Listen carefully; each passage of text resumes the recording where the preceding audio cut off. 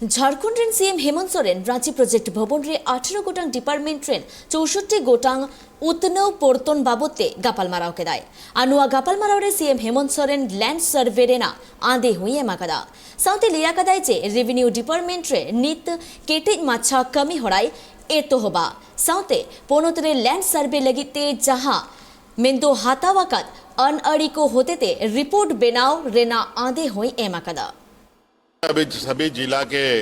उपायुक्तों, आयुक्तों, संबंधित पदाधिकारी और सभी विभागों के सचिव सब मिलकर राज्य में हो रहे योजनाओं की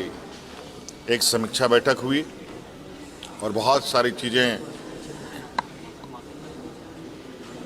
सुनने और जानने और उसको बेहतर करने की बातें आज इस समीक्षा बैठक में की गई है और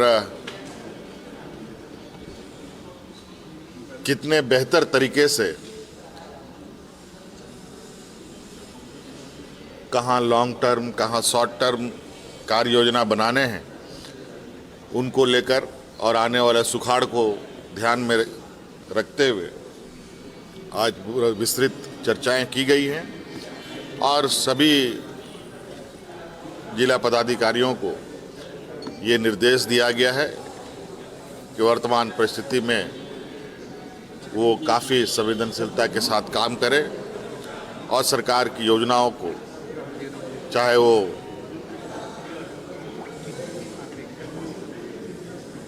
किसान हो, मजदूर हो,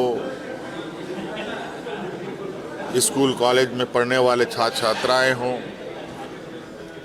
उनको लाभ दिया जा सके।